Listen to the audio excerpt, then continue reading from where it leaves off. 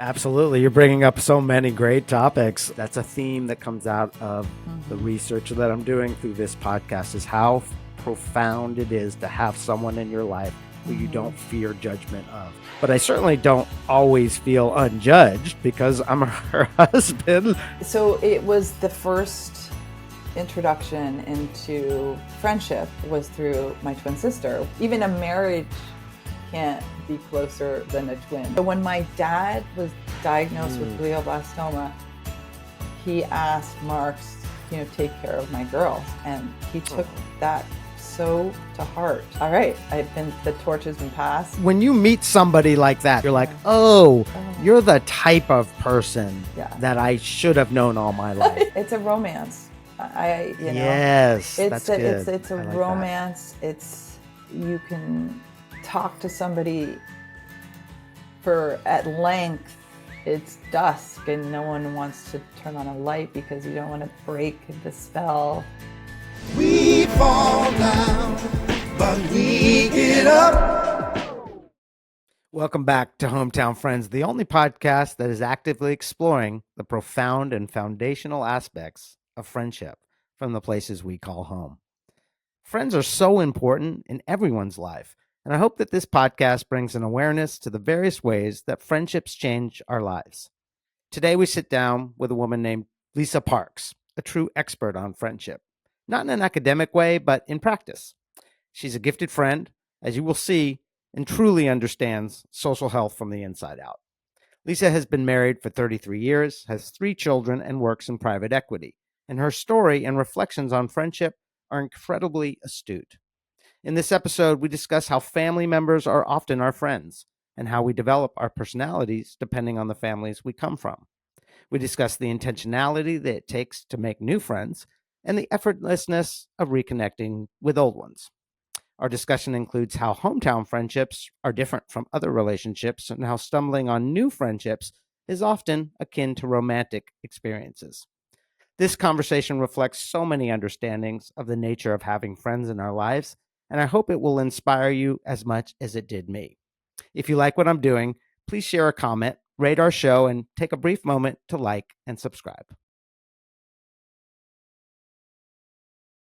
Lisa Parks, welcome to the Hometown Friends podcast. Thank you so much. I so appreciate you Chandler. coming on. Yeah, thank you. The reason I wanted you to come on is because we've known each other sort of loosely. We were in a babysitting co-op together, and we lived in the same sort of neighborhood, and we've seen each other in many different sort of locations and places and run into each other.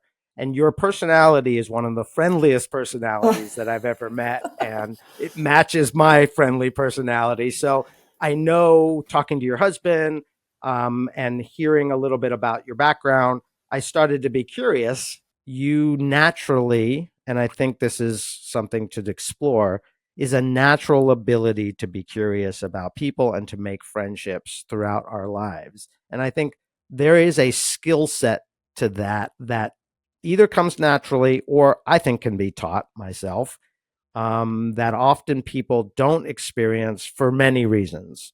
And I'm curious about you and where that came from for you. Well, if we're going to go right into it, I think it stems from having a father that was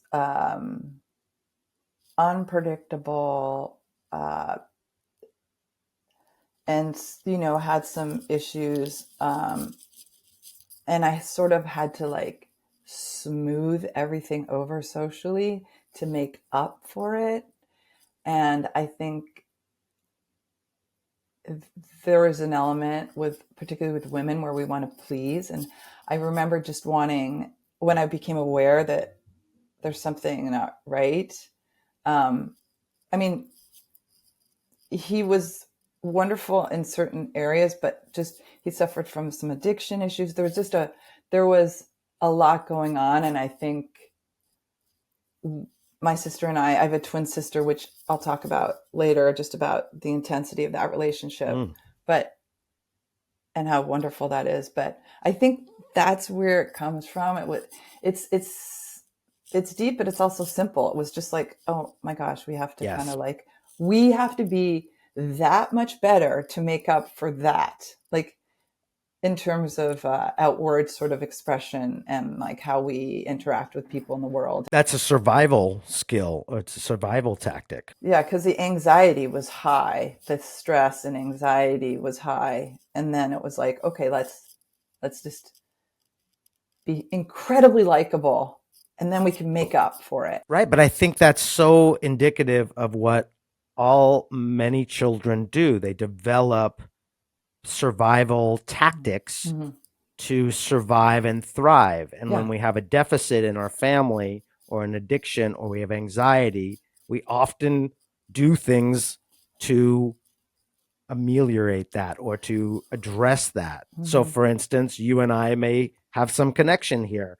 My mom was an alcoholic. I've said this a million times on my podcast, and she left me in places that she should not have left me as a young, vulnerable child. Yeah. And I survived. And the way I survived is by doing something similar to what you just said, which is to be very outwardly focused, to Mm-hmm. focus on other people Uh-huh. and to figure out how to create relationships quickly and sustain them over time Mm-hmm. and actually have them work for me. I didn't think it was Mm-hmm. a selfish thing. And I agree it's sort of complicated that way, but I was outwardly focused. Mm-hmm. So friendliness came as a survival instinct. Mm-hmm. There was like an element from the outside that you might think, oh, this is like, my father was handsome, my mom was beautiful, and my mom's from the Philippines, or sort of this, I don't know, I think and they created a beautiful home. My mom was a wonderful cook,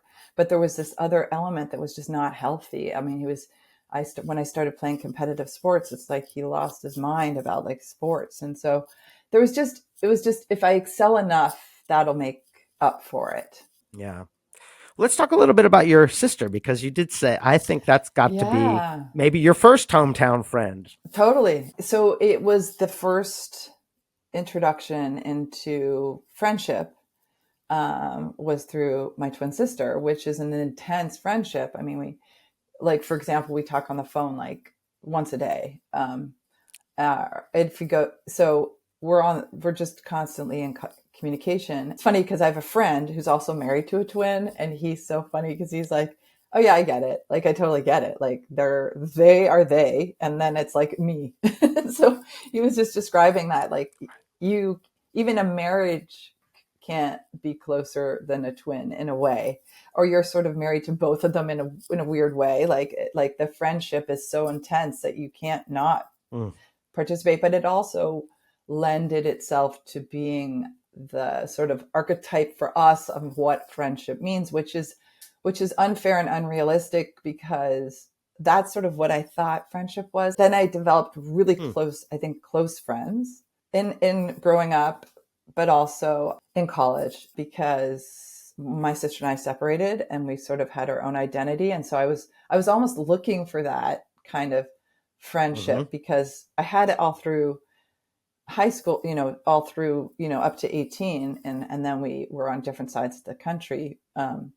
And I think I found people that had siblings, sisters, or understood that intense relationship.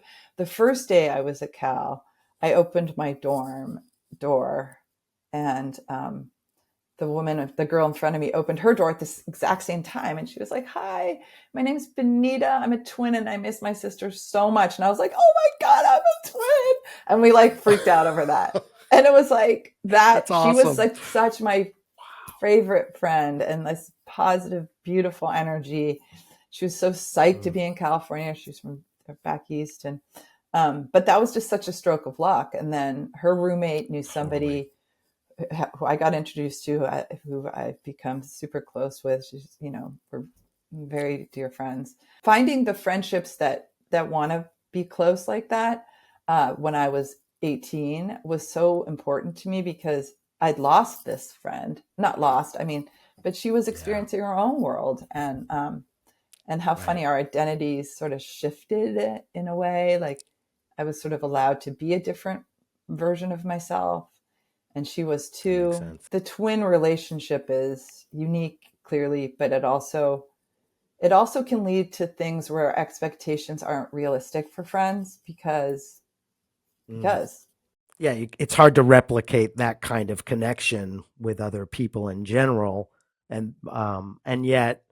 it gave you a model for connection in general. You had each other, and what you talked about with maybe with your father about sort of being able to have each other helped you navigate difficulties, totally. probably.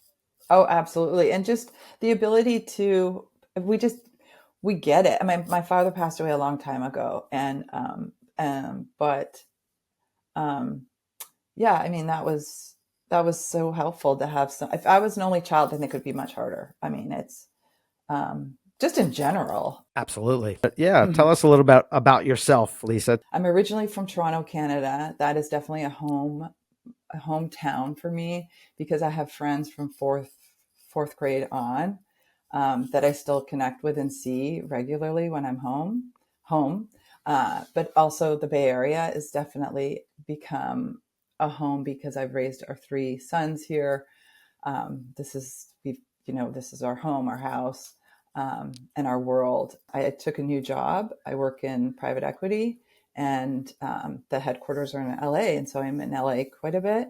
And in a weird way, that's become a town for me, because I have some close friends there. It's only meaningful to me because not just the office is there, but I have my cousin who I love is like a sister, and some really close friends like my roommate from Cal, and just some people that are, in the industry, and new friends, because I'll travel for work and I'll go to a city, and that's like completely meaningless to me, because I know no one there, which is unusual. But like Chicago, you would think I would I don't know anyone in Chicago. I go there for work. I'm like, oh. Or have in the past, like just through various jobs. But to your point, home is where we have friends. And belonging, feeling like you belong is, I think, one of the most powerful, emotions, to truly feel like you belong, whether it's in a family or in a community or at work or in whatever aspect it is. But that lack of belonging, I think, leads to a tremendous amount of, personal, internal breakdown. And it's a huge challenge to surmount if you've never felt like you belong. There is nothing quite like going home to Toronto and seeing my friends from when I was 8, 9, 10. And they're still prioritized when we come to town and make time for us.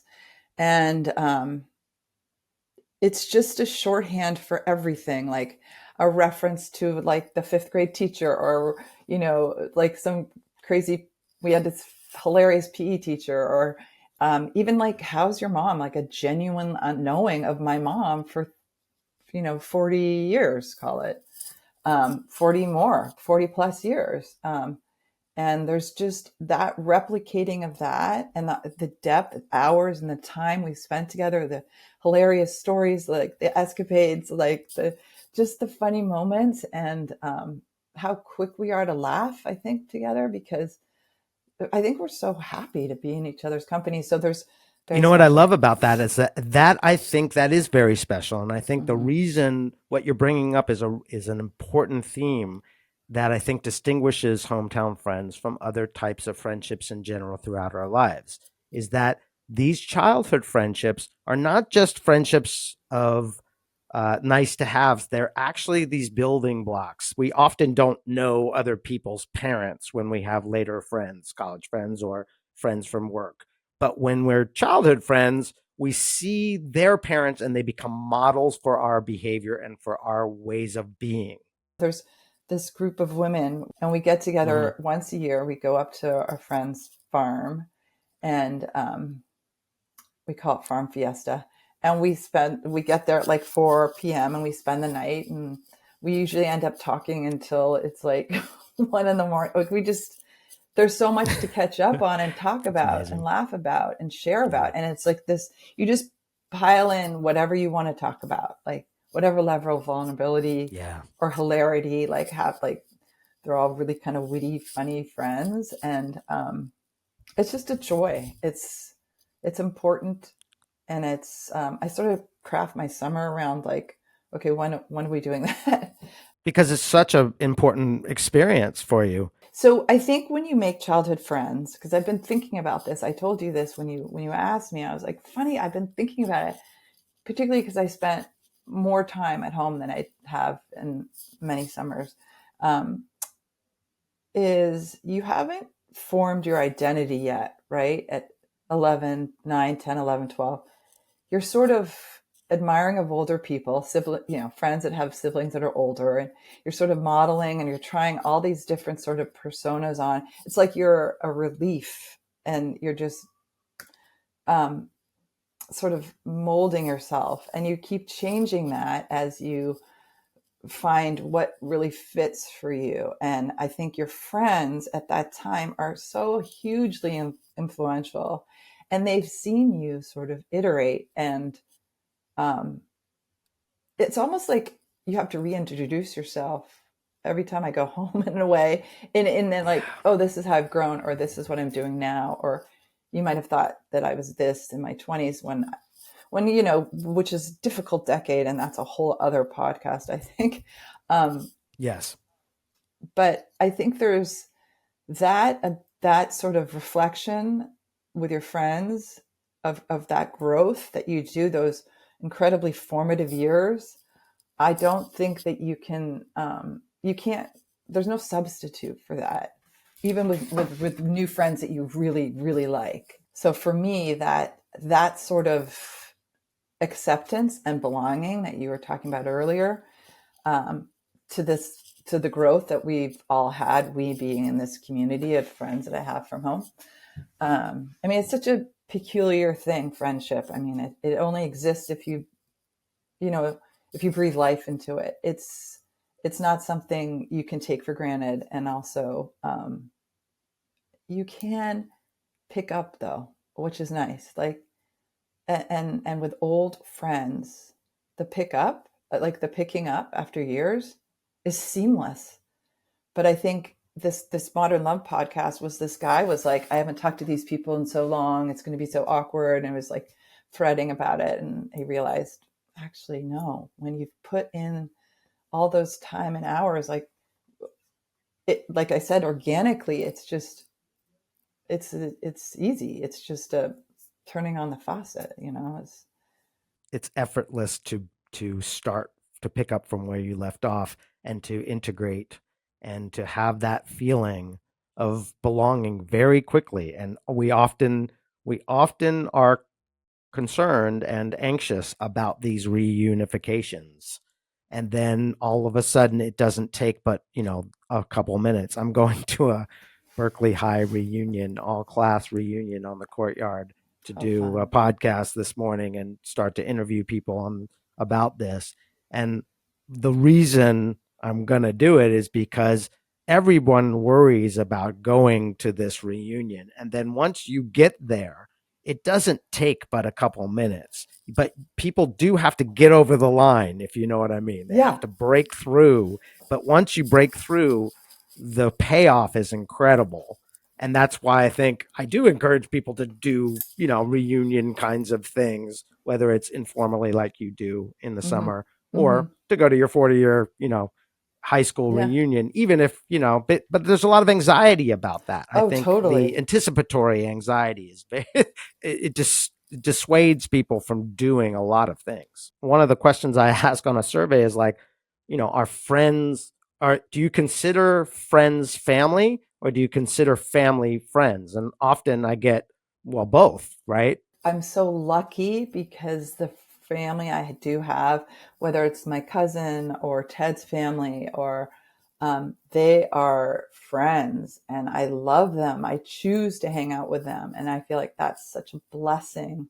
I have a particularly special relationship with Ted's stepfather, which is funny because he's like this 85-year-old man who, we are so close, partially because I'm in the same industry he was in. Uh-huh. But also Okay. we just, his name is Marks and I'm Parks, and Marks and Parks and we're both married to, like, he's married to Ted's mom, who's so similar to Ted. And so we started this thing. He coined it. So the last name is Sherman, and it was like, we call it Sharoma therapy, where we go and we just like deal with but we end up never talking about them, but we just joke about how they are so much alike and they're extremely close. And they're both such, we admire them because they're both very present. The love of the mother is like, I've never seen it before in this way. And so they kind of do their thing and we do our thing. And that's sort of how it started, like many years ago. Now I've been with Ted for 33 years. So we have this wonderful friendship where I can talk to him about anything and everything, whether it's personal or work. He's 85 years old. And he's still so cool. I mean, you may have seen him around. I don't know if you've met Marks, but he's a big presence in our life, and particularly in mine. And it's like he calls. He'll call very paternal, but also friend. Like he'll call and say, "Hey, have you taken the lint out of your dryer? I just saw something on Good Morning America where that's how the fires start." Like the cautionary tale. Right? Yeah, like he's like fatherly in a way, and then it's also super wonderful advice about everything, love, work, life, whatever it is. And to have that male role model. And so when my dad was diagnosed with glioblastoma, he asked Marks, take care of my girls. And he took that so to heart. And it was like, okay, let's sit down. And like, what's your 401k? Like, I mean, it was like, okay, all right. The torch has been passed. Apart from that, I think we just feel lucky to have found each other in this family. I mean, he's from LA. I'm from Toronto. We married into this family, and we have so much in common. And now more than anything, it's not just the relationships we share or our exterior, outside of the marriage relationships that we have, or whether it's work or whatever. We can also always just talk about that. There's no verboten taboo. We just talk about all of it and everything. And it's sort of this safe place to go. I think having anybody with us who experiences something together is so critical to all of us, especially when, there's loss and sadness. And friendship does that. And really, family relationships. And there's so many different kinds of friendships, or friendships all mean something because, as you say, you choose them. They're reciprocal. They feel good being with the person. And there's nothing that seems like it's an effort to be that person. That's when you really know you have a friend. It's not like hard. Like when it's hard, then it's not, that's a challenging kind of friendship. But when it's easy, that's something that you kind of know in your bones, in oneself, that's the kind of person that I could spend hours and hours and hours with and not get bored and not feel like I need to get away or go home. I fortunately have that with some college friends. There's 4 of us.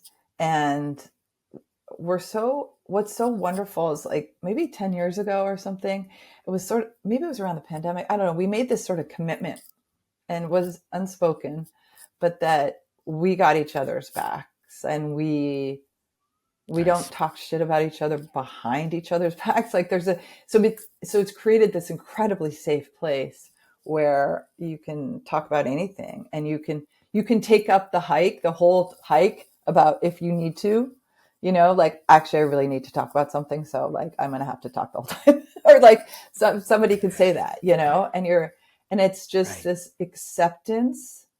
And I've never felt judged by them, which is such a gift.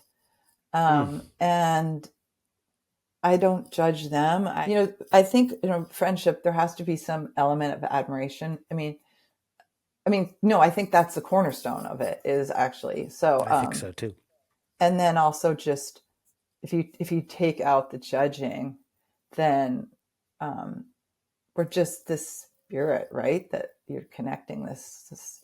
And we actually have funny name for ourselves, which is like, my husband makes fun of it, but we call each other the soul sisters. Love It's it. really funny because Love it. it started because we were talking on like during the pandemic, and we'd have these like, Zooms, and I had to come up with a name for our group, and I was like, Soul Sisters, and then it just kind of stuck.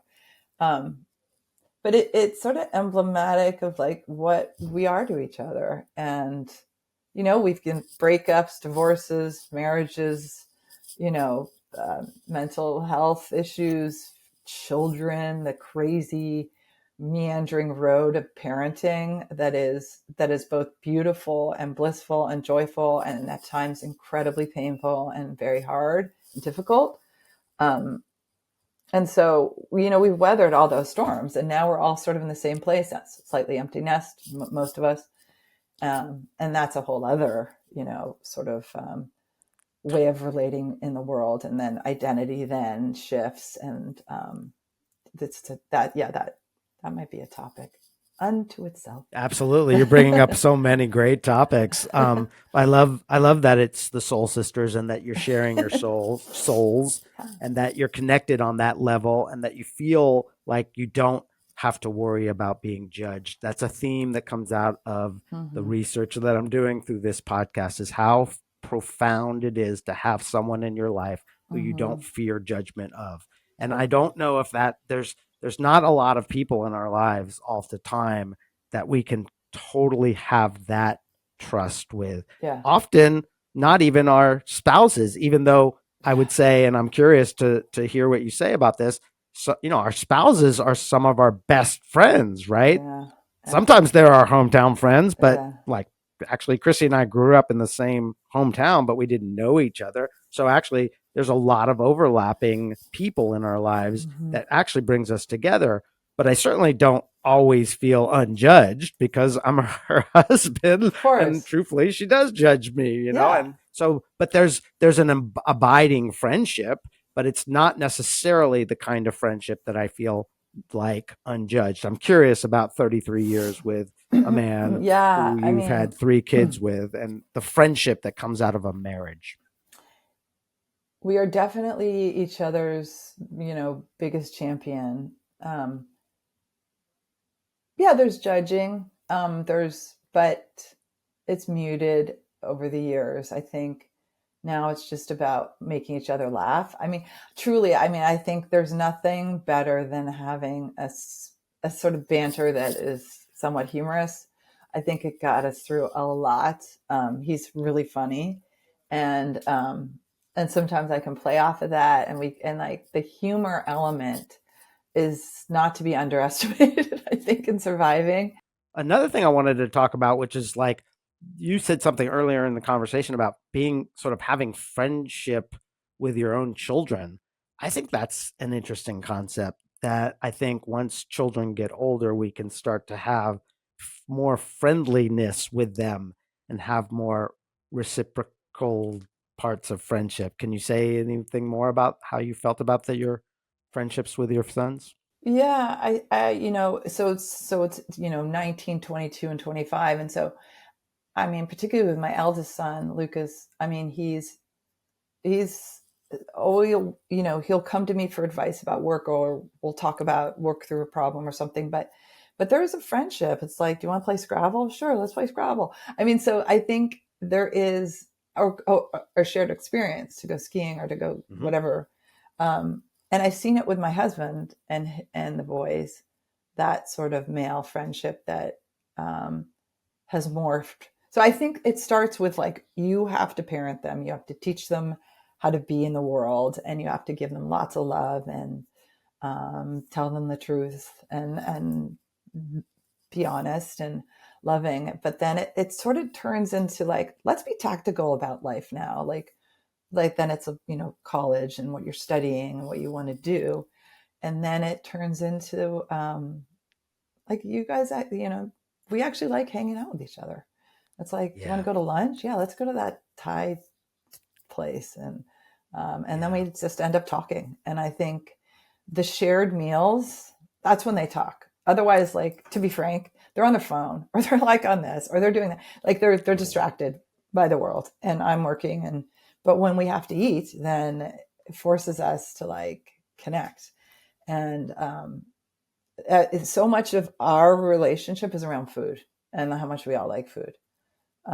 It's funny because I was looking at this photograph that's on our fridge this morning. We're just having coffee, and I was like, "Huh, that's such a funny photo that's on the fridge." It's from maybe 10 years ago, and we are all out at a restaurant, the five of us, and we're all so happy. We look so happy, and I remember that night so vividly because we went out. We hadn't gone out as a family that much. And we went to this Korean dive. There used to be this incredible Korean restaurant, like in West Oakland, like behind like a gate. And it was just like a little, like kind of sketchy, but it was awesome. I don't know if you remember. I cannot remember what it was called, but it had the best. I mean, it was delicious. And we went there, and some guy was trying to take our photograph.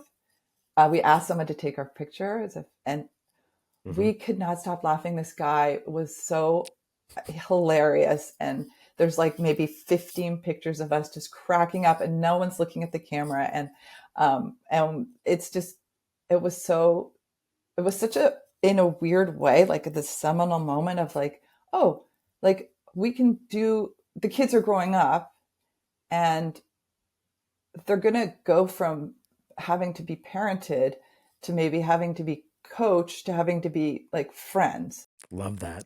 I think that's so great. And again, I'll just repeat, home is where we have other relationships. So it's family and friends and where we feel we belong. And so I love the picture that you're sort of painting is in this Korean restaurant, having someone take your picture and everyone feels like they belong. And I think these are profound moments. And like, what do we do for children to help them have friends? Mm-hmm. Mm-hmm. Because I'm curious about that because I don't know if, I don't, my mom actually just sort of like left me on my own. And then I was able to do it out of survival. But she didn't like say, this is how you make friends. But I'm Yeah. curious if we can Yeah. tell parents to do that, right? Right. I think I think women just are naturally community builders, and I mean, I'm sure there's, well, I know there's a tremendous amount of women that probably feel very lonely, but if you're talking about the lonely, like the epidemic of loneliness in America, um, with the fragmentation of families or jobs or moving or, you know, the, you know, being a mother for the first time was an incredibly lonely experience Yeah, for me. that's right. And it was, Yep. it was painfully lonely because I was like, I don't know what I'm doing really. Like you're divorced from your community. They're moving in a different direction. I was young when I had kids, and it was harder to like, it was like no one's going to really relate to what I'm doing. So there's these different episodes where you have to like, I have to actively figure out how to like bring a friend into this, since I was sort of by myself. In terms of my friend group, I don't think any of my friends had kids yet. It's a vulnerability to take risks and Totally. to join and to say I want something Uh-huh. like a relationship, like I want to feel more belonging, I want to feel connected to people. That's a risk. I think it's hard to say that because it feels vulnerable, it feels like we're Totally. lacking something, we could be judging ourselves for needing it, and Or we yet could it's so be essential. rejected, flat out. Yes, we And could. That's true.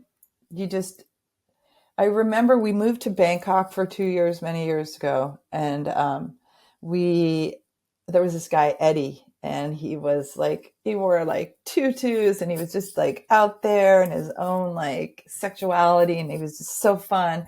And I was sort of intimidated because he was like this cool guy. He was Thai. We lived in Thailand, and I was like, I want to be friends with him. Like I don't know how, but I want to be friends with him. And I ended up sort of carving this friendship. But I remember like I hadn't thought that in a long time. Like I want to be friends with that person. It just sort of happened. But I remember I was like, I want to be friends with him. And then I ended up being friends with all his gay friends, and we'd go dancing, and it was so fun.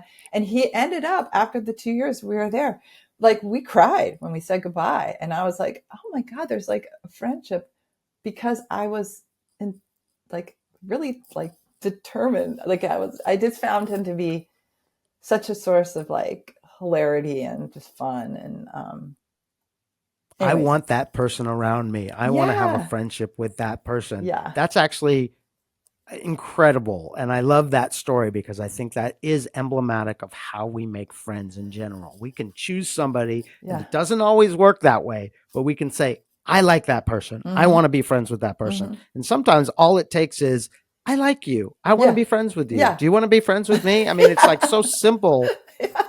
but it actually can work. I wanted to tell a story about my sort of what I feel like is almost a new friendship with your husband, who, which is why I think I wanted to have you on, is because I had a hip replacement and he had a hip replacement. So there was a connection, and he started taking care of me, like texting me and bringing over supplies and dropping things off.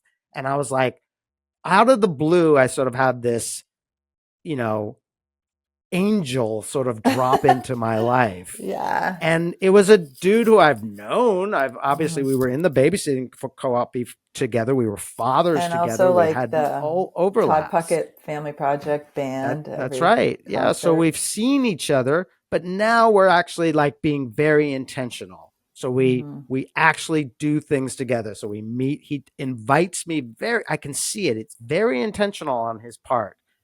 He's not saying this, but I feel it from him.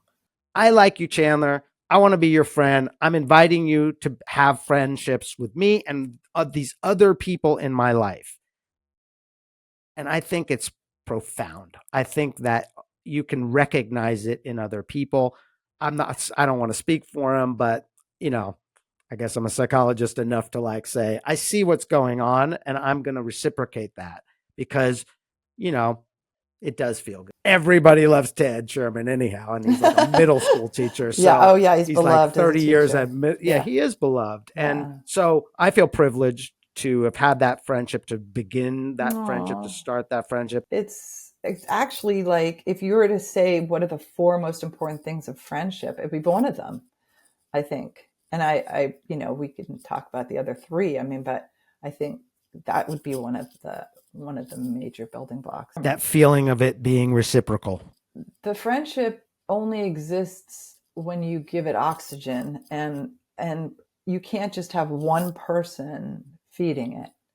I think even if the person always says yes, it's like it would be, it has to be both. It's kind of like when my kids were little and they'd have play dates, and they would, I remember this one incident where my son kept going to their house, and it was right near the school.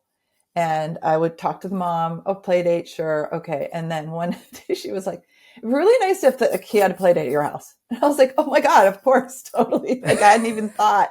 I was like, "Ooh, that would have killed it if she hadn't said that." Good to her, good on Yeah. her. And I hadn't Yeah. immediately like been like, "Oh yeah, of course."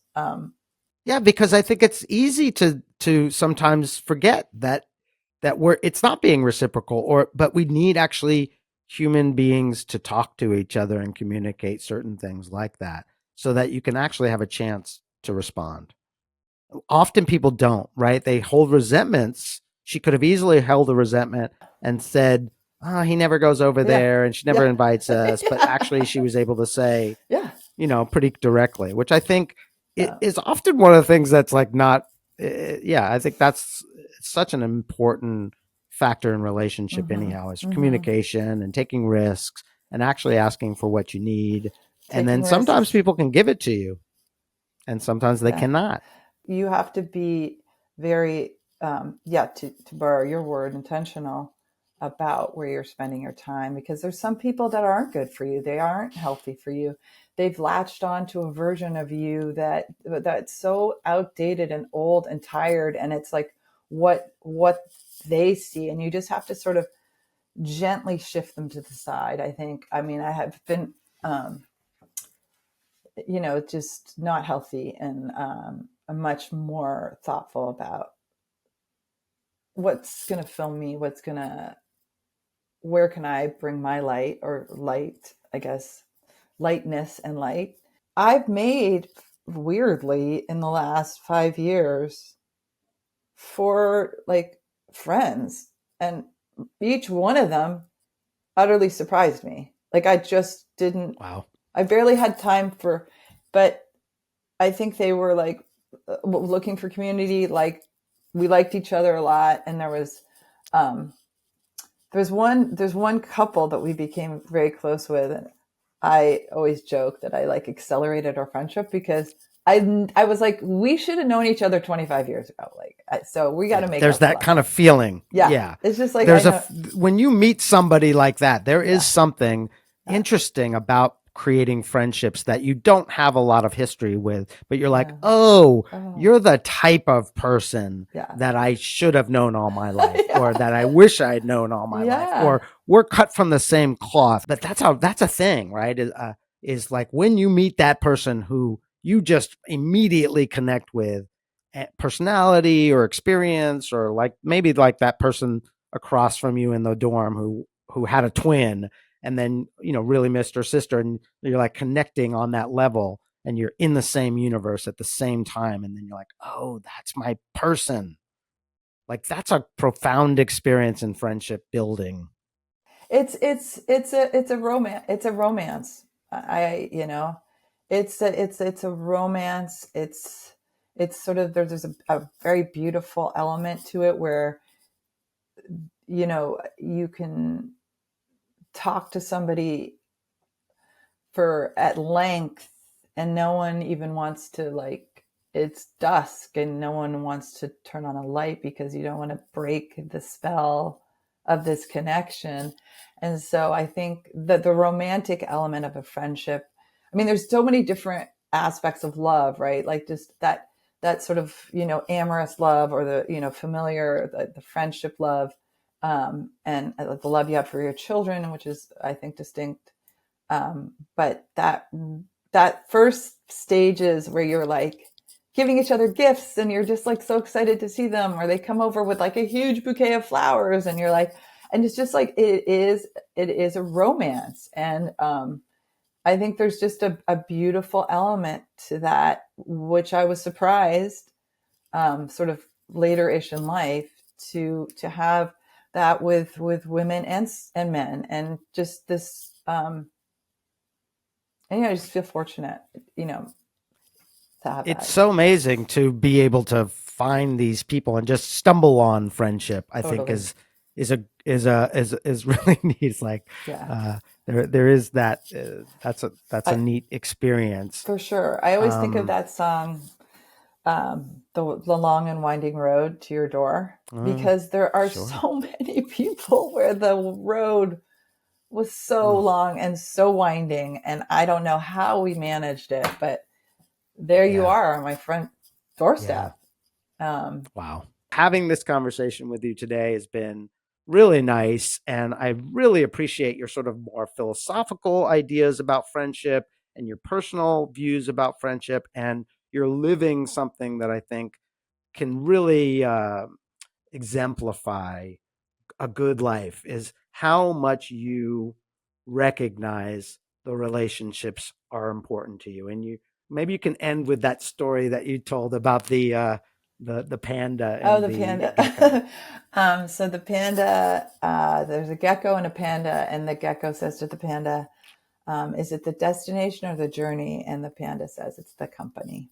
And I stole that from a very dear friend, Amy Branneman. Shout out to her because I love her very much. Nice.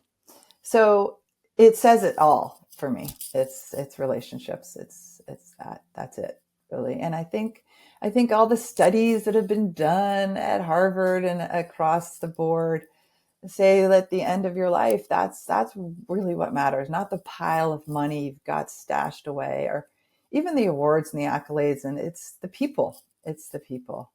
And when you don't have that, I think there's a tremendous amount of regret at the end. And you're like, God, why was I chasing that ridiculous, vacuous, vapid dream that led to me not giving myself the opportunity of friendship? We can't take any of this for granted. And so for you to really be aware of it, I think it's a stoic philosophy, is to think, oh, this is not guaranteed. And actually being in gratitude for these relationships is actually one of the ways to sustain relationships, is to express gratitude for the people that uplift us, pay us attention, and are present for us. I think there's no more better way to sustain relationships than being appreciative of them. Oh, So absolutely. Yeah, I agree with thank you. you for sharing all of Yeah. that. And thank you for being a Yes. part of this podcast. And Super we're fun. so Thank excited to you. have you. It's a Yeah, rare you're very welcome. conversation, so I appreciate it. Thanks for listening to this episode. My guests so far have been a mixture of my own hometown friends that I wanted to reconnect with and others who I invited to discuss the topic of friendship with. Lisa falls into the latter category, and I'm struck by the feelings of connection that are available to all of us when we invite someone to a simple conversation. The topic of friendship is so universal, and everyone has something to say about it. I'm inspired to bring as many voices and understandings of this topic as possible. Lisa and I discuss so many important aspects of friendship, but our discussion about how spouses and other family members are often important friends really stood out to me. A study published in the Journal of Social and Personal Relationships examines the nuanced role of friendships within romantic partnerships and how labels influence our everyday emotional support systems. The research offers a surprising insight. Only about 14% of American adults in romantic relationships identified their partner as their best friend. While that figure might seem low in a society that often idealizes romantic relationships as all encompassing, it opens up a deeper discussion about the nature of intimacy and support in modern life. The study, led by Natalie Pennington, an associate professor at Colorado State University, challenges the popular narrative that our romantic partner should also be our best friend. While the ideal can enhance companionship, it may not also be as effective model for overall support. Those who considered their romantic partner their best friend did describe a strong emotional closeness and more frequent shared routines. The research found that those who faced more constraints on time and resources tended to lean more heavily on their romantic partner for emotional fulfillment. This dynamic could increase vulnerability if the romantic relationship falters. People who reported having a best friend outside of their romantic relationship often reported higher levels of perceived support overall. These findings suggest that while romantic partnerships excel at providing companionship, they might not be sufficient for meeting all of the individual's emotional needs. And the study's implications highlight an important message. Relying solely on romantic partners for emotional fulfillment might be too narrow of a strategy for long term well being. Friendships offer something uniquely valuable: emotional support that is often less entangled with the expectations of romantic obligations, and thus potentially more flexible, enduring, and diverse. This research underscores the importance of diversifying emotional investments rather than treating romantic love as the single ultimate source of intimacy. It encourages us to value and nurture platonic friendships alongside it. Doing so doesn't diminish romantic bonds. It enriches it by reducing the pressure and broadening the landscape of support. I would love to know what you think about this topic and love to hear from you. So please follow us on social media at Hometown Friends Pod and subscribe to our YouTube channel to stay tuned and to stay connected. We fall down, but we get up.